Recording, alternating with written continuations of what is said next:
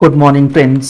GST platform के YouTube channel में आप सभी का स्वागत है। जी हाँ फ्रेंड्स, जीएसटी के अंदर 17(5) का इनपुट टैक्स क्रेडिट जो ब्लॉक किया जाता है उसके अंदर एक काफी इंपॉर्टेंट और बड़ा अपडेट जो है वो अब आप लोगों को समझना जरूरी है।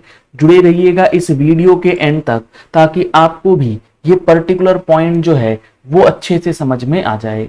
यहां पर आप देख पा रहे हैं मैंने ओपन किया हुआ है हाई कोर्ट का जजमेंट, जिसमें section 17 sub section 5 clause D के अंदर जो इनपुट टैक्स क्रेडिट ब्लॉक किया गया है इमूवेबल प्रॉपर्टी के रिस्पेक्ट में उसे अलाउ किया गया था। और इस हाई कोर्ट के जजमेंट के ऊपर अब यहां फाइल करी गई थी सुप्रीम कोर्ट में एप्लीकेशन, जिसका डिसीजन आना है 29 सितंबर 2022 को। तो सुप्रीम कोर्ट जो ये फैसला करने वाले हैं कि वहां आपको इनपुट टैक्स क्रेडिट मिलना चाहिए या नहीं, वो काफी इंपॉर्टेंट होगा। लेकिन हाई कोर्ट ने क्या बोला है उसको भी समझना जरूरी है और प्रोविजंस क्या कहते हैं। डिसीजन क्या था? आईटीसी विल बी अलाउड, यानी कि हाई कोर्ट ने इनपुट टैक्स क्रेडिट 17(5)(d) के अंदर जो ब्लॉक किया गया है उसे अलाउ कर दिया इन रिस्पेक्ट ऑफ गुड्स और services used for construction of immovable property for letting out. यानी कि जो गुड्स और सर्विसेज यूज किए गए हैं इमूवेबल प्रॉपर्टी के कंस्ट्रक्शन में, और वो जो प्रॉपर्टी कंस्ट्रक्ट होके तैयार होगी उसे किराए पे यानी कि रेंट पे चढ़ाया जाएगा, जिसके ऊपर जीएसटी का पेमेंट होगा, उसके रिस्पेक्ट में इनपुट टैक्स क्रेडिट अलाउ किया है। अब एक बार पढ़ते हैं पहले 17(5)(d) कहता क्या है, फिर हाई कोर्ट के जजमेंट को पढ़ेंगे। 17(5)(d) कहता है गुड्स और सर्विसेज और both received by a taxable person for construction of N immovable property. यानी कि अगर आपने कोई गुड्स या सर्विसेज परचेज किया है और उसे इस्तेमाल करने वाले हैं इमूवेबल प्रॉपर्टी के कंस्ट्रक्शन में, अब वो immovable property plant and machinery के अलावे होनी चाहिए। मतलब अगर प्लांट एंड मशीनरी है तब क्रेडिट ब्लॉक नहीं है, other than plant and machinery है तो वो ब्लॉक हो जाएगी on his own account, including when such goods और सर्विसेज और both are used in the course और फर्दरेंस ऑफ बिजनेस। चाहे वो आपका गुड्स या सर्विसेज जो है आप बिजनेस पर्पस के लिए ही क्यों ना ले रहे हो, अगर उसे आप कंस्ट्रक्शन ऑफ इमूवेबल प्रॉपर्टी में लगा देते हैं तो आपको इनपुट टैक्स क्रेडिट नहीं मिलेगा।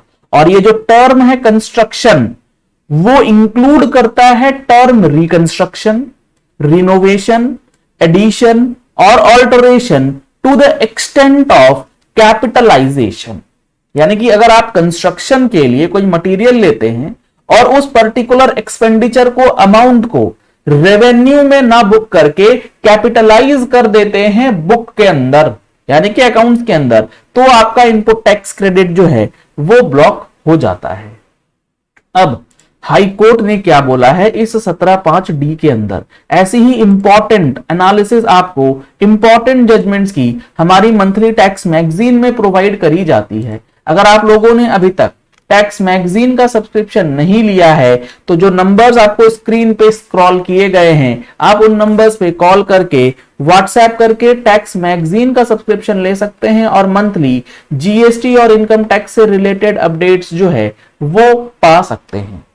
क्योंकि इनपुट टैक्स क्रेडिट जो ब्लॉक होना है उसके लिए अब 3B में भी सेपरेट तरीके से आपको रिवर्सल जो है वो करना है, जिसके लिए आपको अब 2B का रिकंसिलिएशन और आइडेंटिफिकेशन 17(5) वाला करना जरूरी है, जिसके लिए आपके पास होना चाहिए एक बढ़िया सा रिकंसिलिएशन टूल। तो अगर आप टूल परचेज करना चाहते हैं तो भी सेम नंबर्स पे संपर्क कर सकते हैं। अब यहां सेक्शन 17(5) ऑफ सीजीएसटी एक्ट के बारे में क्या चीजें बताई जा रही हैं। The benefit of input tax credit has been denied to the petitioner by applying 17(5)(d) जो अभी हमने आपको दिखाया।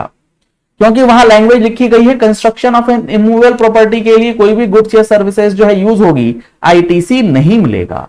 हेल्ड क्या हुआ? On a plain reading of 17(5)(d) it is clear that what it contemplates and provide for it is a situation where inputs are consumed in the construction of an immovable property which is meant and intended to be sold। मतलब ये कि वहां पर जो block किया गया है input tax credit, वो कैसी इमूवेबल प्रॉपर्टी के लिए है, वो इस तरीके की इमूवेबल प्रॉपर्टी के लिए है जिसे बना करके बेचा जाएगा। अब यहां पर रीजन दिया गया कि इनपुट टैक्स क्रेडिट ब्लॉक है क्यों वहां।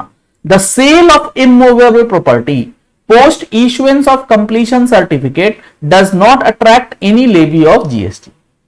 क्योंकि जब इमूवेबल प्रॉपर्टी कंस्ट्रक्शन होने के बाद सर्टिफिकेट ऑफ कंप्लीशन मिलने के बाद बिकती है, उसके ऊपर जीएसटी नहीं लगता, जिसकी वजह से चेन ऑफ टैक्स जो है वो ब्रेक होता है। इस वजह से ऐसी प्रॉपर्टी के रिस्पेक्ट में इनपुट टैक्स क्रेडिट को ब्लॉक किया गया है 17(5)(d) में। Consequently in such a situation there is a break in tax chain and therefore there is full justification for denial of input tax credit, as on the completion of the transaction no GST at all will be payable and therefore no set off of the input tax credit would be required or warranted or justified। तो 17(5)(d) का जो rational इस high court के judgement में आया है, ये काफी इंपॉर्टेंट है कि इमूवेबल प्रॉपर्टी अगर बेची जा रही है आफ्टर कंप्लीशन ऑफ सर्टिफिकेट मिलने के बाद, तो चूंकि उस पर जीएसटी नहीं लगेगा, इसीलिए उसके रिस्पेक्ट में जो आईटीसी मिला है वो आपको नहीं दिया जाएगा। But the position is totally different where the immovable property is constructed. लेकिन जहां कोई इमूवेबल प्रॉपर्टी कंस्ट्रक्ट करी गई है for the purpose of letting out the same, because in that event the tax chain is not broken।